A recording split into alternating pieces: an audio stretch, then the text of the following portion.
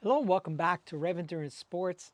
And today I'm going to compare and contrast the 2014-ish, I don't know how many years it was this gray color, and the new 2025 Road Logic, and these are both obviously rim brake versions. And the reason I wanted to do this is that I I'm getting a little bit of bike envy as I'm building these 2025 bikes for my customers. I'm like, oh, I really like that gray color. And it's a different gray color, so I will show you that. But first, I'm wearing the Furnace Creek 508, what the Hall of Fame vest that was given to Hall of Fame members, honorees. And so, I guess there's like in golf, they have like those green jackets or something. I don't know what they stand for, by the way. I guess just winning it. I'm not sure. Anyway, I'm not a golfer, sorry. But anyway, they would give these to us as a presentation in an auditorium or something to that effect. And so you'd have all of the racers present during the pre-race meeting, racers and crew, and then they would call up the honorees for that class. I can't remember what class I was, but let's see, 2006, 7, right, 2006, 7, 8, 9, 10. So I might have been class of 2010. Furnace Creek 508 Hall of Fame. Okay, that's that part. All right, so I'm sure that you've already seen some of these videos with the 2025 version. And as I mentioned, as I'm building some of these frames, I'm like, God, I miss my gray frame. And the gray color, for some reason, it's not as polarizing as the Sally Macaroons, but sometimes some folks are like, oh, that color doesn't do anything for me. But at least it's not, oh, I want to strip it and repaint it like I got with the Sally Macaroons. I had a couple of emails like that. Do you know of a good painter? And I'm like, yeah, but I mean, it's going to cost you a lot to strip the frame and repaint it. Don't you like the pink logos, right? But so this isn't as polarizing. However, some folks just aren't as enthused by it. But I would argue that this builds up really, really nicely. And with carbon frames, you have all these really loud colors and wheels with a bunch of logos and stuff all over them. And I'm more of a subdued paint scheme type guy,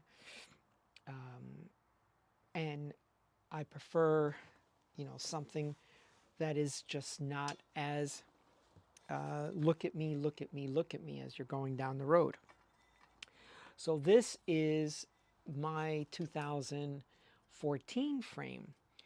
And there is an interesting story about these UCI bands, which I will cover in a different video. But the fact is, the 30-year UCI license ran out. I'm sorry that I'm covering my face. But so now on the new 2025, you see there are no bands on the Ritchey logo. Also, unfortunately, I am holding it by the seat tube, so let me open my hand up. So there are no logos on the seat tube. And probably the most beautiful thing about this gray frame is if you have it in sunlight, there's a sparkle in the frame, and it's just beautiful because most of the time it's, pretty much subdued gray if you look at it from afar. But once you get close to it, and if the light reflects on it just right, there is some sparkle in there. Now, these are two different size frames. This is a 53 for a customer, and this is a 55. I know that a lot of folks ask about what frame size I may be holding. I'm sorry, what frame size I'm holding and what frame I've built for a customer. Now, coming up in the next couple of days, so today's Tuesday, just after the President's Day holiday, so I believe today is February the 18th of 2025. On Thursday, I have a gentleman whose bike is right there on the rack. It's a 57, and I've built it up with Ultegra and some head wheels and stuff. And he's going to come down a fairly good drive to come to see me, and I appreciate that, so that we can do his bike fit and then cut the fork. So that's the only thing that's left, is cutting the fork and wrapping the handlebars, because I want to put the shifters in the proper angle for him. So I haven't wrapped the bar tape yet, but everything else is built. I think I'll just shoot another video of that frame. I'm sorry, that bike build. Right. So the 2025 has capacity for 30 tires rated. Depending on your rim and tire combination, you could get 32s in there, but the limiting factor is pretty much always going to be your brake caliper. I ride EE brakes on my Sally Macaroons, and that pretty much keeps me safe with about 3 millimeters, 4 millimeters of clearance in the rear, and about 5 millimeters of clearance in the front in the caliper. The frame can accept 32s, no problem. But I understand that they rate it as a 30 just to keep people from trying to squeeze 32 tires in there, and they may have a wide rim and then it's going to rub the chainstays, or possibly for sand, dirt, and mud clearance. They just want to make sure that there's enough space between the tire and the frame so you don't cause any damage, and the fork as well, right? So this frame, for those that are interested in like these kinds of things, it is a lighter frame than the 2025 frame. This frame here that was rated for 28 tires. Now, you don't buy steel bikes because you're a weight weenie. You buy steel bikes because they're durable, they give you an exceptional ride. It's other things. So you try not to obsess about the weight of your bike, your steel bike. But I do understand that some folks just can't get that out of their system. Now, I am a reformed weight weenie, and I've mentioned it in several videos in the past that the weight of a bike no longer matters to me. And I keep forgetting to shoot that video of how, pound to 2 pounds of bike weight when you look at the system weight is nothing. I will get to that video at some point, but I have just enough time to shoot this video and then get back to work. Yeah, and it's February, and I'm busier than a one-armed hanger these days. I mean, honestly, I've never been this busy in January and February, but that is good. That is good for business. It is our winter months, and we had about 3 days of rain, which is a lot for San Diego. But it was just this light mist, light drizzle, like all day long, and it just never really rained.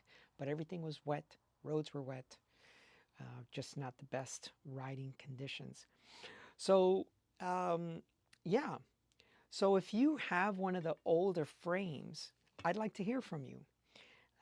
I am working with a gentleman who has that red, white, and blue Ritchey frame from, I think, 93. Sorry if my memory is not accurate. But yeah, it's great to see some of these older Ritchey frames still on the road. Well, one other thing about this frame that I wish to talk to you about. I did have a customer who I also have a frame for him. He asked me, now again, this is a 55, and I'm sorry, my Sally macaroons. He said, "Hey, why do you have so many spacers, so much stuff, you know, on your bike, on your fork?" And I said, "Well, because when I had this frame," so that was, he was making comments about my Sally macaroons.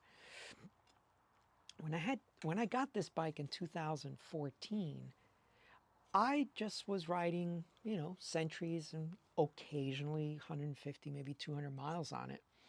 And I was like, oh, I've got all these spacers. I'm just going to lop off the steer tube because I don't need that many spacers.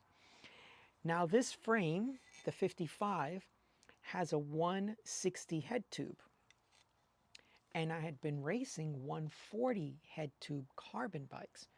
So this being 2 centimeters taller, back in, the early part of 2014 and 15, in other words, I was 10 years younger, 11 years younger. I was like, oh, I'll just lop off the excess. Let's get this down. So when you look at this bike and some of my photos, the only thing that's here is the headset cap and then the fork. I'm sorry, the stem, and then a little spacer on top to get good purchase on the headset. But I had never intended on riding this bike. I had other bikes, and I'd never intended on riding, for example, 600 Ks on it, or Paris-Brest-Paris at 1200 Ks. So turned out to be 762 miles. And I was like, well, I want to do the Brevet series on this bike because it's comfortable and I can fit 30s on it. And, it's a great bike for durability and it's a great bike to travel with. But then I was riding this bike at PBP, and I believe it was probably the last 200K, 150K. So I guess the last 100 miles or so. And I started to get some neck pain and some, oh God, because you're down in the racer's position for hours and hours and hours on end because the pace lines, there's just so many pace lines. You just jump into another pace line and you're moving down the road at a good clip, so you want to stay in those pace lines. But it turns out that for those types of long distance events like that, 50 plus hours on the bike, I needed a little more head tube, steer tube. Now, I could have flipped the stem up, but I had already cut the cables and housing to accommodate for the stem being in the flat position. So I couldn't flip the stem up without having to, and I just didn't want to do that, recable the entire bike. Even though it's easy because it's got the external cables throughout the bike, external cables, and also, threaded in bottom bracket, all the basic good stuff about steel bikes. So when I built my Sally macaroons, I decided I'll leave the steer tube on, well, only 30 millimeters underneath the stem, and that's that. And that should be more than enough. And it has been, because I did 2 600Ks last year. And I guess the other thing was that after I did the qualifying series, so 200K, 300K, 400K, 600K, I stopped doing anything longer. I mean, I think a couple of times I went out for about 12 hours just to stay on the bike for 12 hours. But I really didn't do any longer rides. So I'd never gone on this bike any more than the 600K, 375 miles before doing PBP. So yeah, I mean, I probably could have continued to get used to this lower riding position, but anyway. Okay, so that is all for today. I am going to shoot a video of the bike before the gentleman comes down. So today's Tuesday, he'll be down on Thursday. Keep an eye out for that video. And I got a few other things that I'm working on. I just got to get through all the editing. And, if I'm turning a wrench, I can't be editing. So, but that's all for today. Please like and subscribe. I say this often. I only have about 20 something percent of you that are subscribers that are watching these videos. 75 to 78% on any given video are not subscribed. Please subscribe. It's free. It's free and it means a lot to me. Okay, thank you so much. Please like and subscribe and we'll see you up the road.